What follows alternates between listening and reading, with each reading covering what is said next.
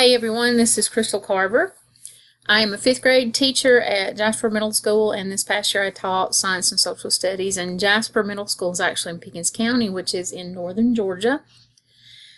I hate to hear myself recorded, so I hate how my voice sounds, and I feel like I have a really strong southern accent, very country. I did grow up in a small community in North Georgia. I'm originally from LJ, and that's where I lived part of my life. Just finished year 19 of teaching. We started a new version of a middle school in my county. It was grades 5 and 6. And then we went to a junior high school. So it was a pretty stressful year. It's probably the hardest year I've had in my teaching career. We had a lot of changes, and it was just a totally different climate that I wasn't used to. And I think everybody kind of, had a rough time of it this year, but we got through it. I am 51 years old. I did not marry until I was almost 42 because God did not send me my husband until that time. So sometimes you can't rush things, right? He has 2 sons, which now I have 2 stepsons, ages 14 and 17.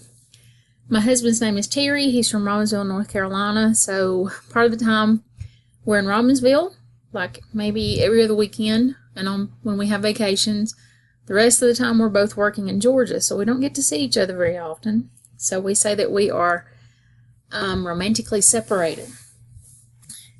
So that's enough about me.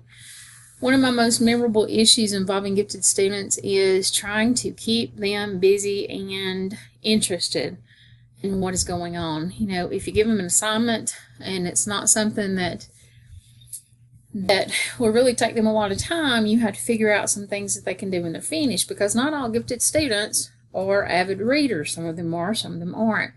So I know that a lot of us have had this issue who have classrooms and have had gifted students, trying to figure out what they could do after assignments are completed to keep them interested. Okay, my favorite and least favorite aspect of engaging gifted and advanced learners.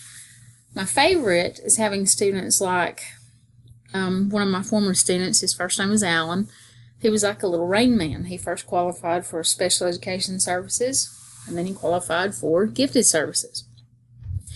He would come up with some of the most interesting things just right off the top of his head, and he kept me entertained. I'm not sure that he really entertained the other students, because most of the time they didn't understand half of what he was trying to say, or didn't take it the way that it was meant. But he was probably one of the most interesting students I've had since I've been teaching. My least favorite aspect of engaging with gifted learners is dealing with some parents of gifted students who have elevated ideas about what their child is capable of doing, or they feel like their child should receive special treatment because they're in a gifted program, or they have labeled them and expect them to be in certain classes with certain other children. If you're in a classroom, if you're a teacher, you know what I'm talking about. I'm really not trying to throw off on parents, because parents are great. We have to have them. We have to work with them. It's something that we need to do to, keep students on track and to accomplish what we're trying to accomplish. But there are some that are sometimes difficult. So, we're in a job that's not very easy. It's getting harder every year. And that is one of the aspects that I did not enjoy. So I hope I didn't put you to sleep with my voice. Hope you guys are having a good weekend.